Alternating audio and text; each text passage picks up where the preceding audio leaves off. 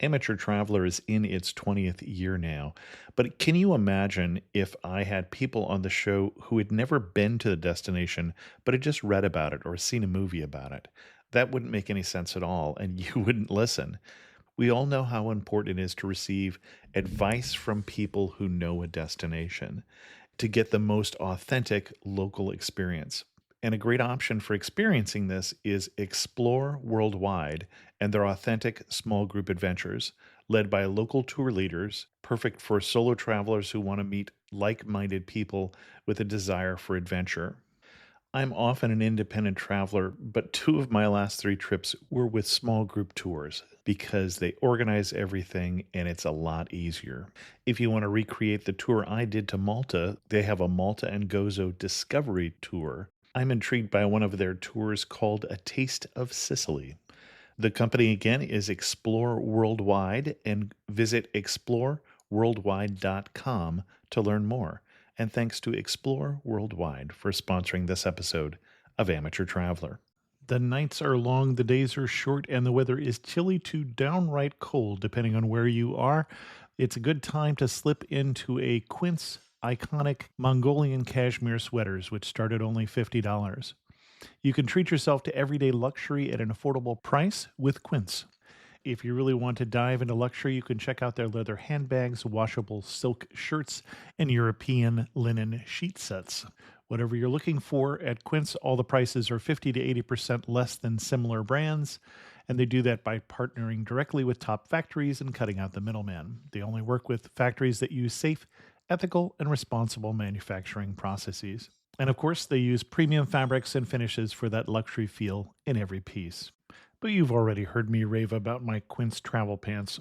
Treat yourself this winter without the luxury price tag. Go to quince.com/traveler for 365-day returns plus free shipping on your order. That's QUINCE.com/traveler to get free shipping and 365-day returns.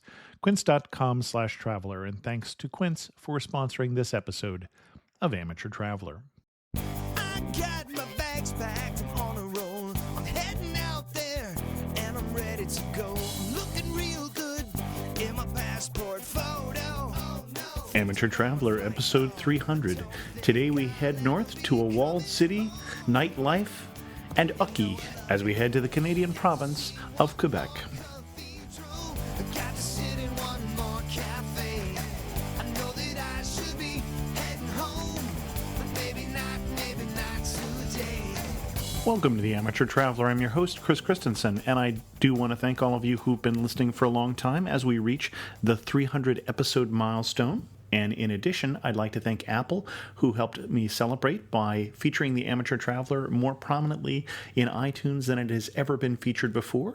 And like to welcome the 1,000 of you who just recently subscribed and the tens of thousands who downloaded the last episode. If you are new to this show, you should know that if you get the show through iTunes, you probably have the iTunes enhanced version, and that show, this show, does indeed have pictures.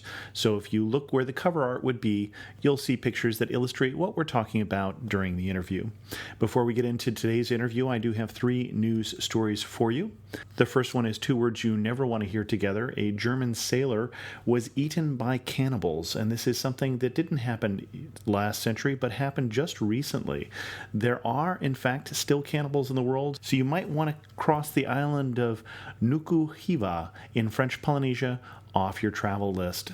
Some people will be crossing Spirit Airlines off of their travel list because they've just installed pre-reclined seats. Now, I'm not going to take them to task on this because I have not tried them yet. It might, in fact, be a good experience. These seats are fixed in position, and so they are pre-reclined by 3 inches and cannot unrecline. That means the person in front of you will not be bringing their seat forward or back. That does also mean that the person in the back row has as much legroom as the person in the front row. Of course, Spirit doesn't have a lot of legroom. They're a lighter seat, which will save on fuel. I will withhold my opinion until I try it. But not withholding my opinion on Ryanair, that has made a move where they're getting rid of 2 of 3 bathrooms on some of their planes, and so the line for the restroom has just grown by 3 times. For links to all 3 of those stories, check out the show notes at amateurtraveler.com. I'd like to welcome back to the show Ira Berstein, who has come to talk to us this time about Quebec. Ira, welcome back to the show. I am happy to be back. And Ira has so far only been on the show talking about places in Italy, but for a change, you went someplace else this time. Yes, it was a kind of first stage celebration of our 50th anniversary. And we're going to have a second stage December, January, when, of course, we go back to Italy. But if you've been following the weather here in Texas, 100 is considered a break in the heat. So we decided, having gone to French Canada before in the summer, and it was a wonderful experience, except for the coming back part, it seemed like a great thing to do. I had some vacation time, and my wife was eager to go with me. And French-speaking Canada, or Quebec, depending on who you talk to, has actually been a place that I have tried to get a show about several times and have actually pitched it to the Canadian tourism, and they've never quite gotten their act together. So I appreciated that you finally pitched me that story and I could have someone on who I knew would have done their homework. Yeah, I wasn't there that long, but we were there twice before. So we have kind of a historic in the sense of we celebrated our 25th anniversary there and our older daughter's graduation. And what kind of itinerary would you recommend for this part of Canada? We're talking Eastern Canada. It's Eastern Canada. The bigger airport by far is at Montreal, but because of the great contrast you get between Montreal and Quebec City, I would say definitely see both. You can get from one to the other. As you know, I never drive when I'm on vacation. I get to play dodgem here enough in Dallas. But there is an absolutely wonderful Canadian rail system called VIA, and I absolutely adored it. It was even better than European rail. For one thing, when you're lugging suitcases, the problem is in Europe, you have to go down a step when you go and stop at a train station. Canadian rail system, you don't do that. You're at the same level, so you can just drag your suitcases off. And when you're hurrying to get off because people are trying to get on and off, that's a wonderful thing. The people at VIA, like everywhere in Canada, were absolutely wonderful to us. Free Wi-Fi, comfortable, recommended. You can fly back to some places from Quebec City. I think Chicago is one of them, but we decided we just use Montreal to come and return from. About Canadians, and we're talking about a region of Canada that's a little different. I mean, most of Canada, I think the common joke is, how do you get a Canadian to apologize to you? You step on his foot. But Quebec has a little different reputation, in part with the language barrier. Yes. But you've gone back 3 times. You clearly love the region.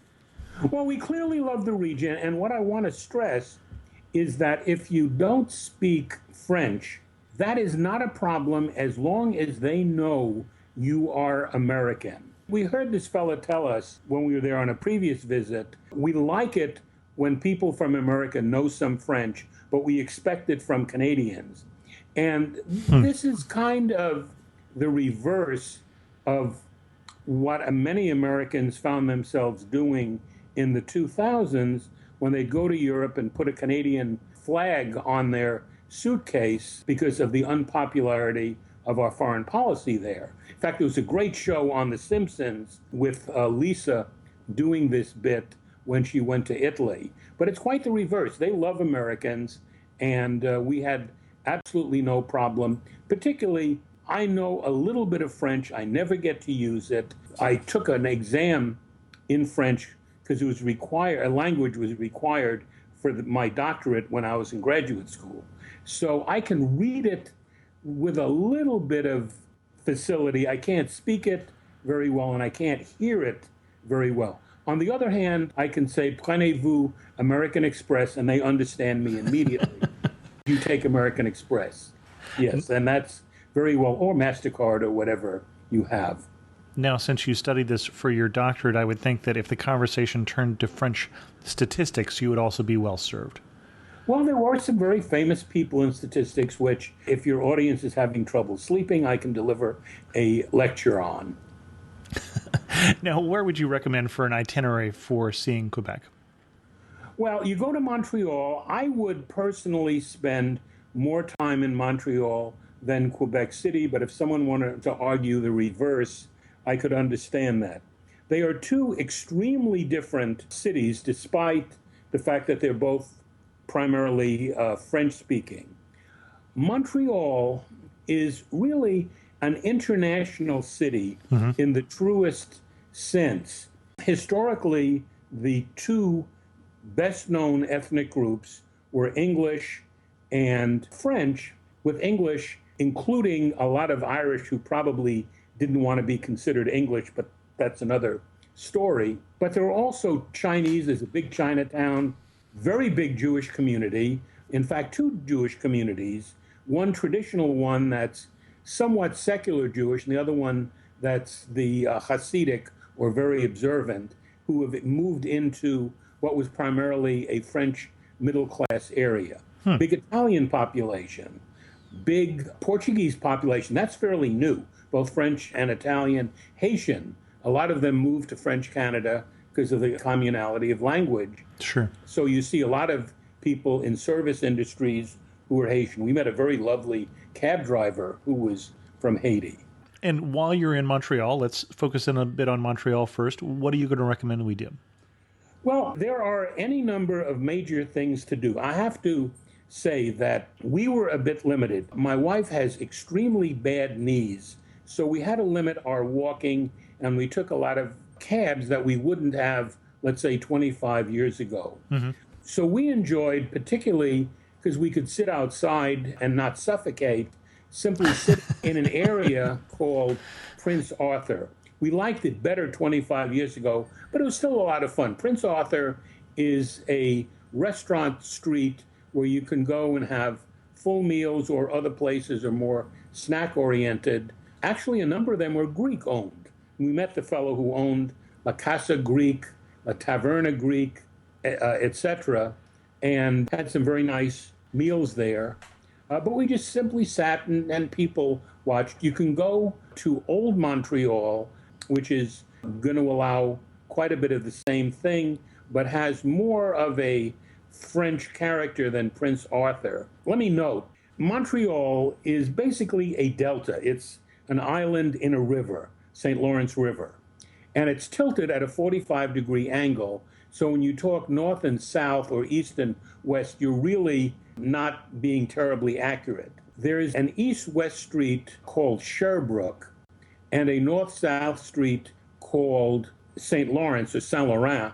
And the Saint Laurent divides the French half of Montreal from the English half historically. And Prince Arthur is kind of at the boundary of the two. But you walk a little further, you come to another street called Saint Denis, which is kind of a very similar street to Prince Arthur. It has a lot of bistros, but they're French in character. The old dock area is very attractive. The Olympic Village.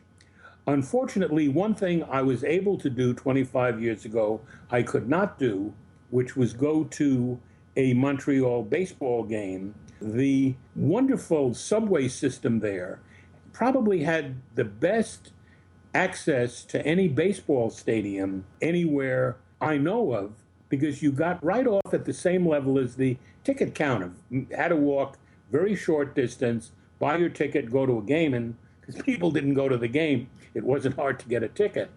Which is one of the reasons why you can't do that anymore. That's one of the reasons you can't do it anymore. But what's kind of interesting, because of the internationalism, one of the things I sensed is that the Montreal Canadiens, which were the dominant sports team in the city, except maybe for the football team, I think they're called the Alouette. But soccer has become very popular because of the people coming over from countries where that dominates. But I couldn't talk about Montreal without talking a little bit about hockey. And if you go during the hockey season, I think it's going to be difficult to get tickets, although Montreal has not done very well in the past 20 or so years. But if you can, it's quite an experience. Let me simply tell a quick story that my older daughter and I went to see the old Montreal Forum, which was located, oddly enough, in Westmont, which is the English-speaking area, although Montreal is a traditionally French team. There was an English-oriented team called the Maroons, but they died 70 years ago. In any event, we wanted to see it. It was a historic building, and it still is. And we walked in, and I recognized several of the people. They were well-known hockey players. I don't know if you're familiar with hockey, but Jacques Lemaire I could recognize, very distinctive face, and we saw a number. And then we walked into the arena proper, and we'd hear names called out, and kids would jump up and cheer. And we had walked into the hockey draft, just completely bumbled in, which is kind of a interesting comment, at least on the Canadian view of the world then. I mean, could you imagine just walking in to the American football draft? Not so much. But that's a historic building, and it's well worth seeing, although it's a little bit out of the way. Any of the ethnic neighborhoods are probably excellent to see, particularly if you can get around easily, because there are very frequent festivals that they will have. I would have been curious to see the Portuguese one, because you don't have a large Portuguese population in Dallas. We do have Italian, a little bit of Cajun, but we don't have any of the Portuguese, to see what their celebrations are like. We've been to Portugal, and that was fun. What else should we see while we're in Montreal? Well, I took the Gray Line tour, and frankly, we were very disappointed in it in terms of pointing out sites. Some of the other things that are mentioned without necessarily endorsing them. The Underground City is a shopping area that people go to during the rather fierce winters, but I can't say I was jumping up and down with excitement about the things that they were selling, but it is an interesting thing. This is a huge area that's underground. The Olympic Village. The Olympics created any number of buildings, but also a massive debt, which the city, I think, is still paying off like nearly 40 years later. But oh my, wow, okay. Yeah, I mean, they're paying it off, but they benefited by it because they got stadiums and other things and had an excuse to build up their railroad system, the subway, the metro system. So those are a fair sampling of things that you can do. But let me come to the best one. The best one that we saw was the Beaux-Arts Museum, which had an exhibit by the French couturier Jean-Paul Gaultier. Now, I am not a big lover of haute couture, but this was absolutely incredible. And it's coming to various cities in the United States. Dallas, I think, is the first stop, and we are going to go see it again. It really was wonderful. You ought to check if it's coming to your city. By all means, it's absolutely magnificent. Gaultier has got this incredible sense of humor about what he does, and the creations he has have a, I'll say, puckish quality. He has models of all sizes because he figures that the human body is beautiful whether or not it's skinny like a traditional model. He has a number of mannequins that are programmed to look like they're talking.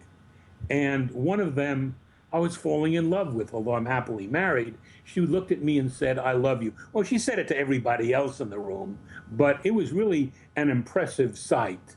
And Montreal is also named after the mountain, and it looks like you did get up to the Montreal to look out on the... Montreal is a very, very impressive site, and actually it's right north in the relative system that we're talking about of the great university, McGill. Mm-hmm.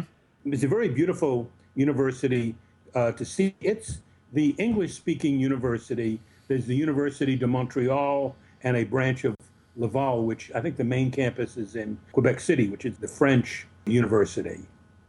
Okay. Anything else we should talk about Montreal in terms of arts, culture, food before we head up to Quebec? I haven't really talked much about the food because I want to contrast it with Quebec City. Okay. If you were to do a count of the kinds of restaurants there are, I would not be surprised if there were more pizzerias and Italian restaurants than French restaurants. Not that it's hard to find a wonderful French dinner. We found a wonderful French place right near our hotel, but the Italian population there has just gone bonkers with creating very good to excellent restaurants. And in contrast, Quebec City, you get French Canadian food, which is very different, has a lot of maple syrup, has a lot of calories, even more so than French. But it really was great, the stuff that we have. And when you say get a lot of maple syrup, I have a coworker who is living in Eastern Canada, and as he describes what they do with maple syrup, it isn't always what I picture. So he talks about poaching eggs in maple syrup, for instance. So what sort of, when you say maple syrup, I immediately thought pancakes, but that's not necessarily what you're talking about. No, actually, I don't think I ever had it as a syrup when I was there. I had a maple sugar pie for those who are contemplating on needing a diet for the rest of their life. We had a maple syrup creme brulee, and there were just any number of dishes made with maple syrup. Interesting. I know they consume more maple syrup per capita than any other region, I'm told. And that's Quebec City. That's not Montreal, though you had no trouble getting maple syrup to take home as souvenirs when you were there in Montreal. But Quebec City has got the French Canadian food, and that's all sorts of things fixed with maple syrup and maple sugar. We're taking the train up to Quebec City. Yeah. Very different in terms of stylistically, the two cities. Very, very different. Quebec City has a much more homogeneously French feel to it. About 100% of the people there are of French extraction. There are a few people from other groups. There's still a strong but small English community. But for all intents and purposes, anyone you run into is going to be of French extraction. Now, let me note while I'm at it, any store you go into, we had absolutely no problem with people speaking English. In fact, America is rather famous for its linguistic ineptitude, at least among the non-Hispanics, who often will have their own language or a version thereof and English that they can switch back and forth between. But a French Canadian, and you walk into one of the stores, they'll talk fluent French or fluent French Canadian to one customer and then just switch to English flawlessly to you. And you don't know whether they are French extraction, but many of them in Montreal are not. They can be of any of the other cultures that I've talked about. They have to study French. French is the official language of French Canada, and that's what's used in legal proceedings and the like. But it doesn't mean that English is not extremely usable, especially for people who come from countries that don't speak either language as their first language. And they cater to those with very great deal of grace. Okay. And I hear people describe Quebec as the most European city in North America. I think that would be fair. I think that certainly would be. The only thing that I might bring up simply to keep an argument from getting dull would be, in a way, Vancouver is very British. Victoria is even more British. Sure, I'll give you that. And if we count that as Europe, it's not as obvious as the Frenchness of Quebec, and particularly Quebec City. Matter of fact, you go outside of Quebec City, not that there's that much, I think, for a tourist, other than a skier going to the Laurentian Mountains. You wouldn't go to Trois-Rivières or any of the other French cities simply to visit unless you had somebody you were visiting. But there, I think the monolingualism comes quite a bit more strongly. And I want to mention that being a monolingual francophone in Quebec is not a nice situation to be in. We stayed with a French-speaking woman, a monolingual, actually on our very first trip, and it was kind of fun. We were having breakfast, and we had a dictionary between us, and I was using English to French, she was using French to English, but she was telling us what a miserable time she had. She couldn't go anywhere because they would make fun of her French. And this was, and I think many can understand it, when she spoke with her Quebecois accent in Paris, it did not go over very well. Brittany, that did fine. She was fine there, but she's, how many times can you go there? So they are sort of forced to be bilingual, even though the official language is French. Well, then, as I understand, the official language of the province is French, but you still have the two official languages of the country. Yes, but English is not an official language of Quebec. Yeah, I should emphasize that when I talk about it, French being the official language, that's Quebec. That's not the entire country. Right. And it's kind of odd because you go out to Western Canada, in the prairies, you've got a much bigger Ukrainian population than you have a French population. And a lot of them speak Ukrainian to this day. Sure. Interesting. Well, and I think one of the reasons that I hear people equate Quebec with European is also the chateau and the walls, the city walls. The architecture. Oh, the architecture, definitely. You really get a strong feeling of, gee, this is like France. I've been to France, and I can say it's a very authentic feeling. Not so much Montreal, but Quebec City. Mm-hmm. Well, in fact, America likes it so much that we tried to take it over once or twice, as I understand. So yes, we did. And I learned another great bit of trivia. Right outside of Quebec City is a place known as the Plains of Abraham, with famous war between the English, led by Wolfe, and the French, led by Montcalm, determined the fate of Canada, with the English won. And I thought that Abraham had a biblical reference, but it was a farmer's name, a guy named Abraham. Who had those plains? Who had those plains. There's Okay. a plain area right outside it. But it's a very historic and, to the Quebecois, a very tragic spot. Interesting. Well, as I recall, that's the same place where then the Americans were defeated in the Revolutionary War, I want to say. Yeah, you win some, you lose some. Yeah. And what else should we see while we're in Quebec? Yeah, if you can, Quebec City is rather hilly, so we were kind of limited in the amount of walking we could do. The provincial government is located there. We stayed at the Chateau Frontenac Hotel, which...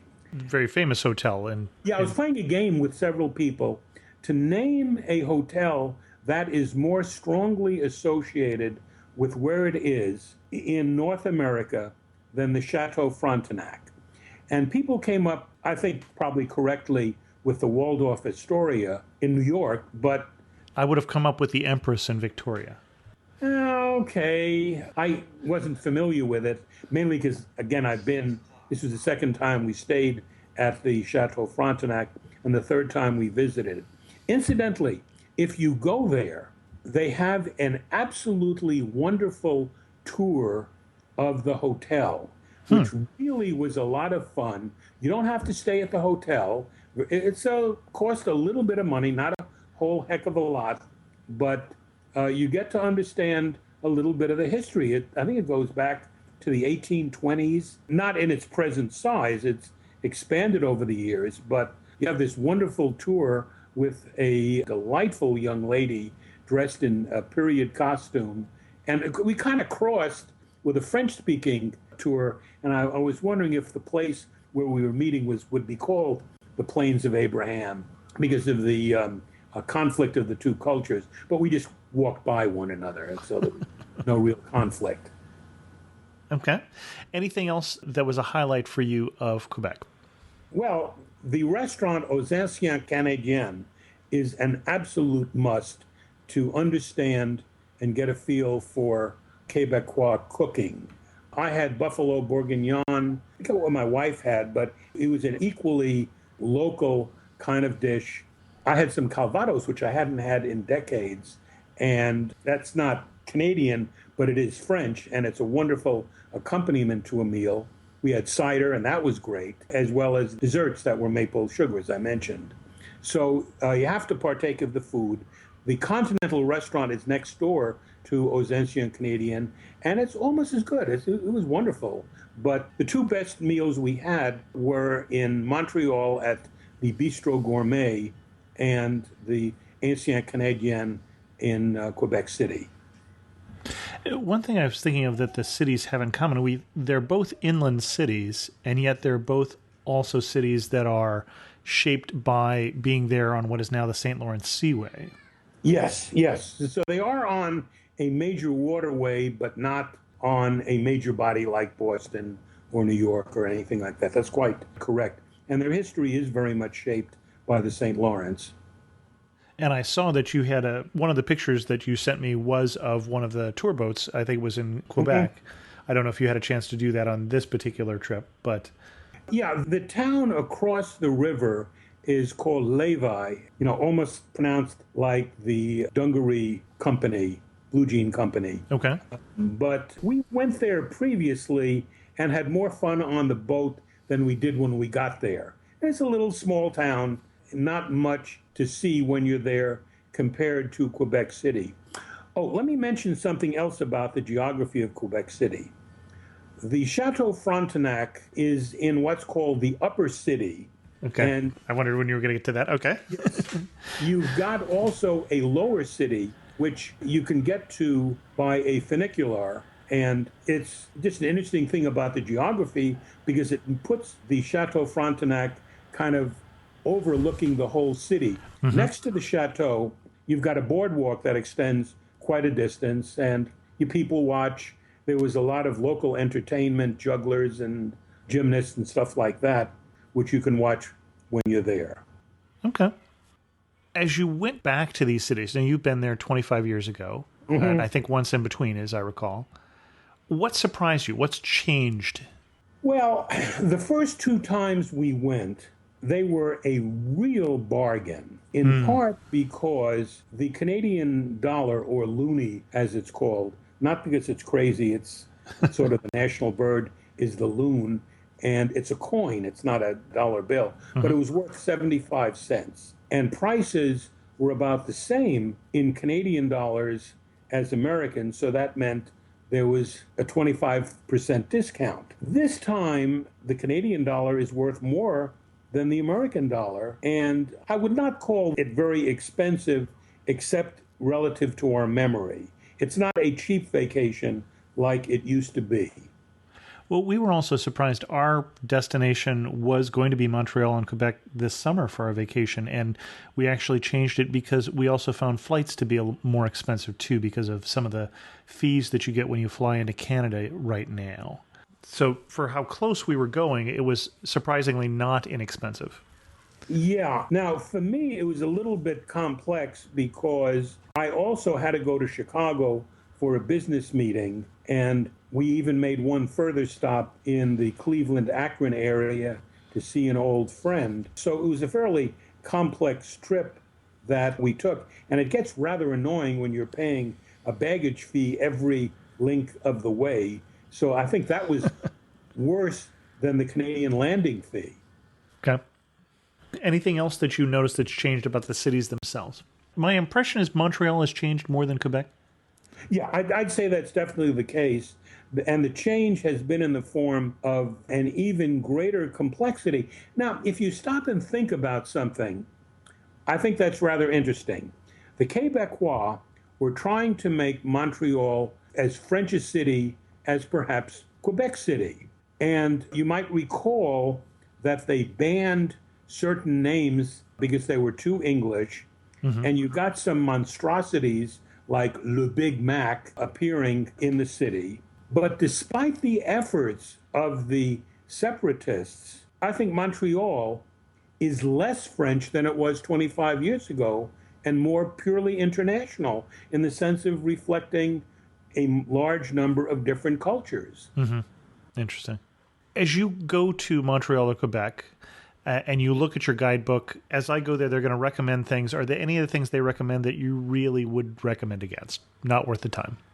As I say, we were extremely disappointed in the Gray Line tour that we took. And a good city tour, I think, is an absolutely great way to get a feeling for the layout of a city. You can read about it all you want, but there's nothing like driving around, having a feel for where you're going. And we've had some excellent city tours, including those from Greyline. I don't want to single them out, but they are kind of the people to go to for this sort of thing. That is one thing that stands out in my mind. The underground city was not the most exciting thing we've ever seen. Now, of course, if it had been 10 below or so, you might have been more interested in the underground city. Well, but yeah, but that would have been a necessity. Right. Really something you go and see. And if it's 10 below, you might go there for skiing, but you wouldn't go there to see the city unless maybe you were going to a convention. Mm-hmm. One other negative, and I love the place, sorry about this, but your wines are not the best in the world. I had a Quebec Cabernet, and it was a Quebec Kool-Aid. On the other hand, beers are absolutely wonderful. The Molson Company, I think, does an excellent job promoting a diversity of different beer products and ale products, and they have done so long before it became fashionable. And I should mention their former president was one of the great hockey players of all time, Jean Beliveau, captain of Les Canadiens. I did not know that. Yes, longtime president, actually. So he had an amazing career, both as a star hockey player and then as a business executive. I assume that in large part he was there because of his tremendous image. He was much more likable than many of the other stars, even though they were heroes. Maurice Richard was probably the hockey player for Montreal in its history, but I don't think he came across with the kind of positive character that Beliveau does. Okay. If there's one picture for you, one view, one vista that really captures each of the two cities, what would it be? Well, Quebec City is easy. I think it's the Chateau Frontenac. Mm-hmm. Montreal is a little bit more difficult, but I would kind of opt for a scene that we had from Mont Royal where we could see eastern Montreal and the Olympic Village, which is still very widely used. Okay. As we go to wind this down, before we get to my last three questions, anything else we should know before we go to Quebec or Quebec? How do you say it? Well, I hear both. Here I'd say Quebec. There I want to at least show them I know it's Quebec, but okay. It sounds a little bit pretentious to say it here. Yeah. Let's see. I think I've covered the main points. If you're lucky enough to go there during the hockey season, before you're freezing your keister off, if you get an opportunity to go and see the Canadians play live or even watch it on TV, that's something that I've not had the opportunity to do, but I think would be wonderful. Okay. Quebec City, on the other hand, the Chateau Frontenac, I think without doubt, as the icon. Right, sure. One thing that makes you laugh and say only in Quebec? Well, I think the example I gave of walking in on the hockey draft, that's more only in Canada, probably. And again, I don't know if it would still hold true, but I still laugh about that to this day. And finish this sentence, you really know you're in Quebec when what? You have a French-Canadian dinner, sure. And you mentioned the dessert. I don't know that I got a sense for the main course, other than there's a lot of maple syrup. Yeah, well, actually, not in the main course. Okay. Well, I had a buffalo bourguignon, which is a buffalo in a wine sauce. Oh, interesting. Okay, so really a combination of New World and Old World at that point. Yeah, but beef bourguignon is a very popular dish. Mm-hmm. The foods are heavy to keep you warm because it gets so cold there. That's not a good excuse to eat the stuff when it's 80 degrees out. But again, 80 is a lot better than 105. But still, 80, you don't need all of the stuff. But it was good anyways, really good. Okay. And if you had to summarize Quebec in 3 words, what 3 words would you use? Well, I would use French. I would talk about the French-Canadian food and its history. Okay. Excellent. Ira, thanks so much for coming back on the show and sharing with us your love of Quebec. I love it, and I hope I can find some new place for me to go, but I think you've covered all of our major ones. Well, you'll just have to get out a little more then, I guess. For our 75th anniversary. There you go. Figure out something. Thanks very much, Ira. Okay, wonderful. There is still time to vote for the Amateur Traveler in the Podcast Awards at podcastawards.com here in the month of October 2011. And that would be great if you did. And it is also not too late to hear me moderate a panel discussion at Blog World in Los Angeles the first weekend in November of 2011. In news of the community, I heard from Shannon recently who said, I have been enjoying the podcast immensely since discovering it. I have covered many of the back episodes and look forward to taking a walk or hitting the gym each day to listen to more since I don't commute or drive often. You have a nice diversity of guests and topics, and I especially like the questions you try and ask them all. I know I find myself asking these questions of myself about various destinations. The 3-word question is always the trickiest. The website is also well done. And thanks, Shannon. On the other hand, in one of the recent reviews on iTunes, Steve took me to task on those questions, saying that perhaps I need a little more variety in the questions, and I think that's valid feedback. So, Steve, I'll think about that. C, that's spelled S-I, so I don't know if I'm pronouncing that correctly, left a comment on the episode on travel to European Russia and said, Russia is like no place I've ever visited. The lack of smiles wears you down after a while, and I thought India was bureaucratic. I think Volgograd was my favorite city, with the Mother Russia statue and history from the tragic siege. And then Greg asked a question that might be useful to some of you new listeners. He said, how can I tell if you already have an episode about Ireland? And the trick here is that all the content on the Amateur Traveler website, amateurtraveler.com, is tagged with the country that is talked about on that particular episode, that is dealt with in that particular podcast, or that is in that particular video, blog post, or photo. And so if you go to amateurtraveler.com/tag, that's TAG, and then put in a country name, Ireland was the case that he was asking about, you'll find all the content about Ireland. So example, amateurtraveler.com/TAG/Ireland will show you everything that we've ever done on Ireland. With that, we're going to bring this episode of The Amateur Traveler to a close. If you have any questions, feel free to leave a comment on this episode at amateurtraveler.com or drop me an email to host@amateurtraveler.com. You can also follow me on Twitter at Chris2X. And as always, thanks so much for listening.